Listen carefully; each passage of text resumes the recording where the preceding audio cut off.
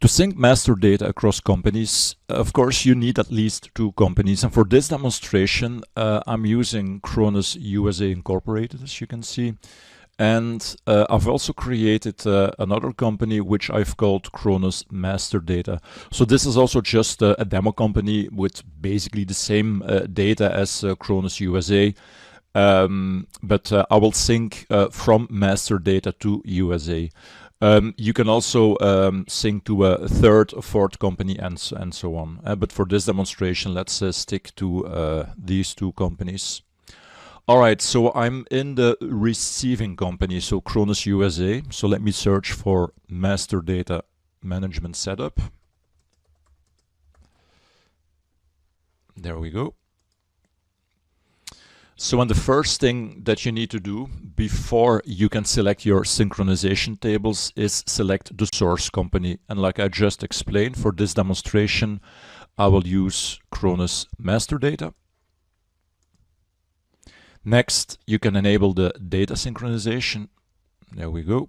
So and now by enabling the data synchronization, you can see that these options become available. All right, now the next thing to do is select the synchronization tables. So let's go there. So I will click here on synchronization tables. You can also use the search function, by the way, but let's start from here. So what you will see in a few moments is a list of all the tables that can be synced. And we have the typical master data. All right, so we have the typical master data tables like contact, customer, GL account, and so on. But also setup tables like posting groups, the VAT product posting group, and so on. These are basically all the tables that you can sync. All right, so as you can see, by default, all these tables are enabled, but I would like to focus on one specific table in this demonstration, and let's take the GL account table. So basically, the first thing that I will do is select all the lines, and then by going to actions, you can disable these lines. So I will disable them all at once. There we go. So that I now can enable one line. So like I just said, I will take GL account and I will enable this, which means that we will only sync GL accounts. All right. You can use filters. So if you don't enter a filter, every GL account will be synced. But you could also specify a filter. So for example, I only want income statement accounts to be synced. So I can go add a filter here, which is income balance, and then for example, select income statement. So this would mean that only income statement accounts are synced. All right. Okay, I will remove the filter because I would like all the GL accounts to be synced. But that's how you can enter filters. All right. Now, syncing is done based on coupling information. This is, of course, a table in my receiving company, and that should be coupled to the same table of the source company. Now, coupling is entered or is configured by default, but you can change the coupling if that would be necessary. So let me show you. So here, GL account actions, you can go to the match-based coupling action. So then you will get a message, but if you just click on yes, there we go. So you can see here how coupling is done. The priority, there's only one, by the way, is the coupling is done based on the number field. Business Central will compare numbers of the receiving company with the numbers of the source company. And there should be a match on this field. If there is a match, the existing record could be updated, or otherwise a new record is created. Okay. So again, there's coupling configured by default, and I will stick to the defaults, but you can also change the coupling if that would be necessary. All right, but for most tables, the default coupling will be sufficient. All right.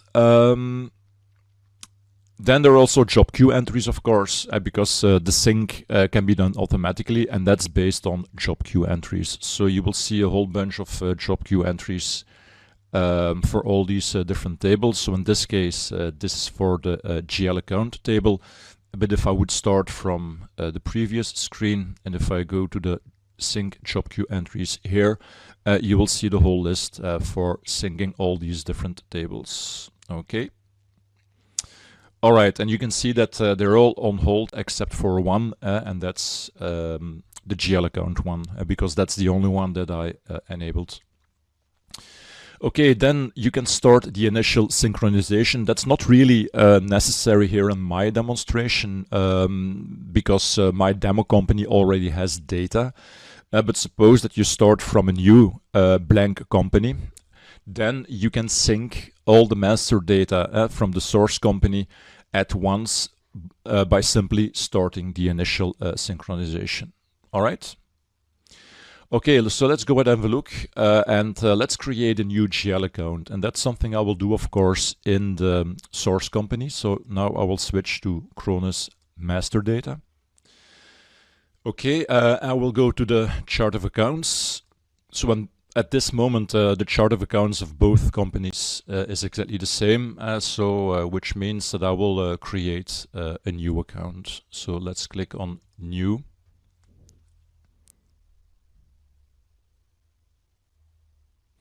And I will give it a number that's easy to remember so that you can also recognize it in the...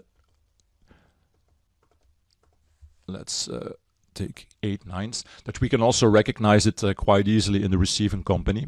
So let's just call it sync test account.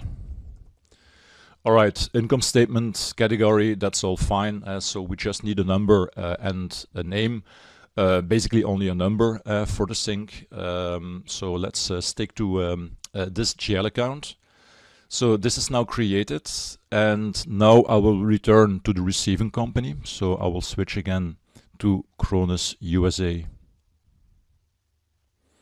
And let's double check the chart of accounts. So in there, after running the job queue entry, so which basically ran automatically, you can see that my new GL account has been synced from the source company, so the sync test account. All right, so this is only one account for one table. In real life, of course, you can sync multiple tables, multiple records, and you can also follow up by using the log overviews. So let's go to the master data management setup again. So there we go. So you can go to synchronization tables. And I will select, of course, my GL account because that's the only one enabled. And I can go to the synchronization log. So here you can see the synchronization log. You can see how many records were modified, how many were inserted, and so on.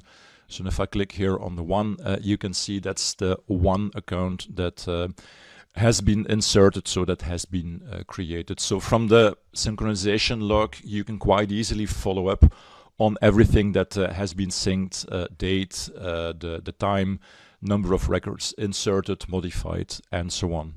So that's basically how you can sync master data across companies in Business Central.